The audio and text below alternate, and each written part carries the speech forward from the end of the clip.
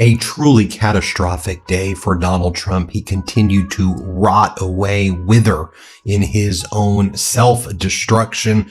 Take a look at just how he physically appeared yesterday when he held this deranged press conference talking about renaming a class of naval vessels as the Trump class of naval vessels. And he was threatening war against Greenland and Denmark like a complete and utter maniac while trying to hide his hand, which is discolored from the apparent continued IV injections that he's getting and that he's covering up. Look at the makeup all over his hand. And late last night, into like midnight, ranting and raving like a lunatic about New York Times. So yeah, East Coast, right around midnight, 1 a.m., Donald Trump is posting the failing New York Times and their lies and purposeful misrepresentation. It's a threat to our national security. Their radical left unhinged behavior, writing fake articles and opinions is never ending. Must be dealt with. They're the true enemy of the people. Wah, wah, wah. You sound like a loser. Just go to sleep. Or wait a minute, you can't go to sleep.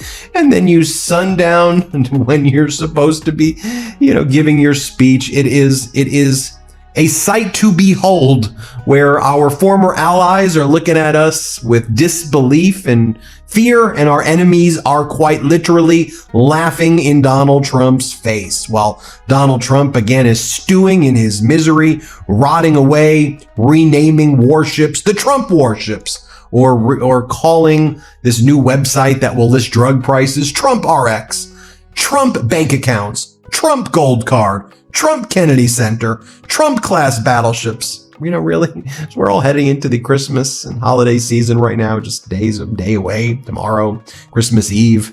Donald Trump is officially responsible for making Christmas gifts 26% more expensive. Literally, MAGA stealing and ruining Christmas for so many people. Look, The Hill reports the latest YouGov poll. Less than a fifth of Americans say Trump has benefited their wallets.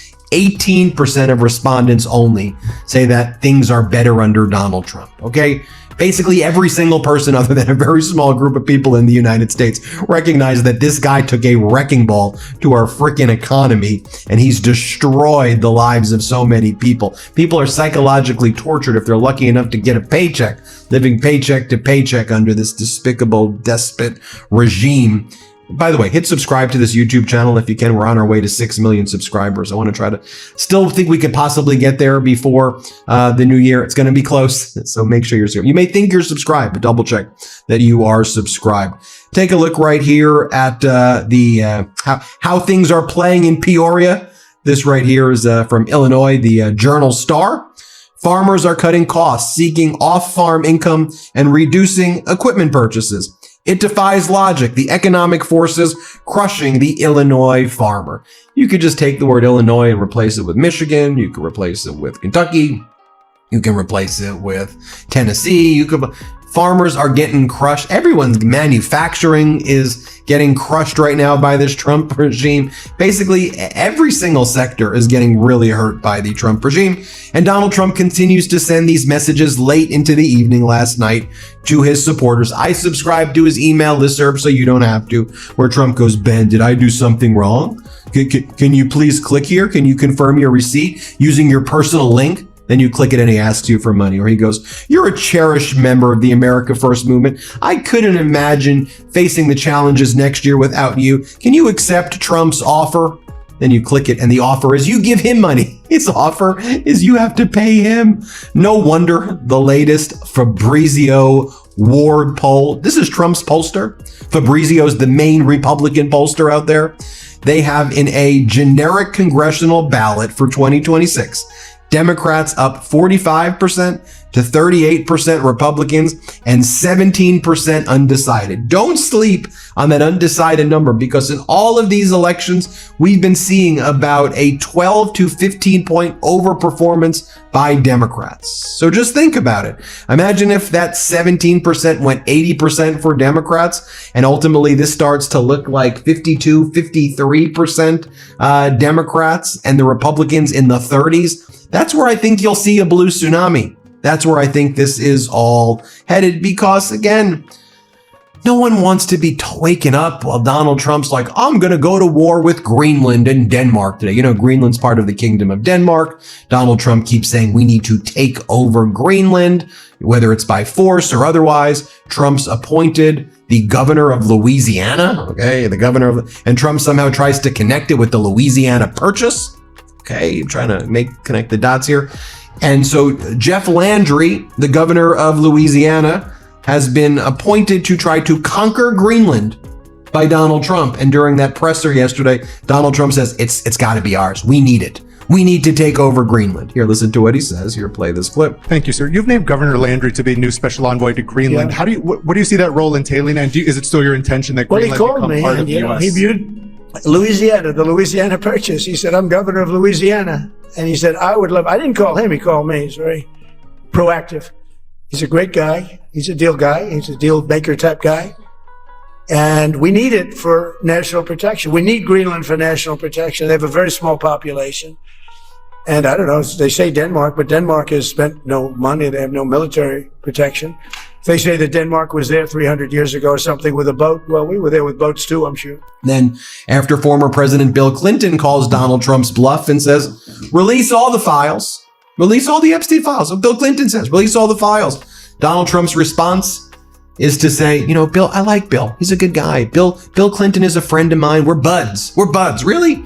You're, after all the things you've said about Bill Clinton, Donald, now that he's saying release the files, now you want to be all, he's your buddy. It's why Trump's such a phony sociopath. Play this clip. I know there are a lot of people that are angry about all of the pictures of other people, you know, but I think it's terrible. Look, I like Bill Clinton. I've always gotten along with Bill Clinton. I've been nice to him. He's been nice to me. We've always gotten along. Respect him.